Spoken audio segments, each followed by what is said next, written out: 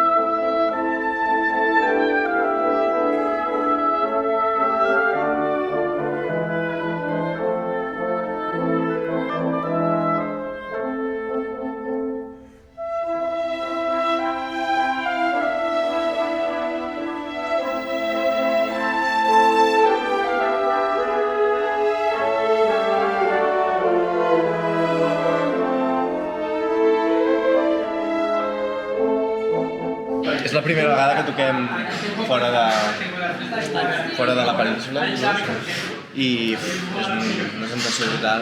A part, Londres és una ciutat molt idíl·lica. Venint gent que comparteix hobby o professió, sempre connectes amb ells, se sol connectar super. I sortir d'Espanya, molt guai. L'última vegada que vam fer una gira internacional vam anar a Andorra. Barrejar com unes colònies, un viatge xulo amb orquestra i fer concerts m'ha agradat molt. Crec que ha sigut una bona experiència. Jo crec que ha sigut una experiència molt positiva per tothom i per l'orquestra. Crec que ha anat bé. Como ganas teníamos todos del Cadogan Hall, porque era el Cadogan Hall.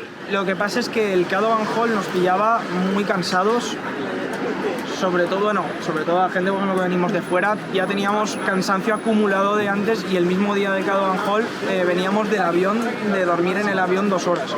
Crec que ha fet molta pinya a l'orquestra, tots ens hem conegut molt més, hem tingut moltes més ocasions d'estar junts i crec que això a l'hora de tocar ens ajudarà moltíssim.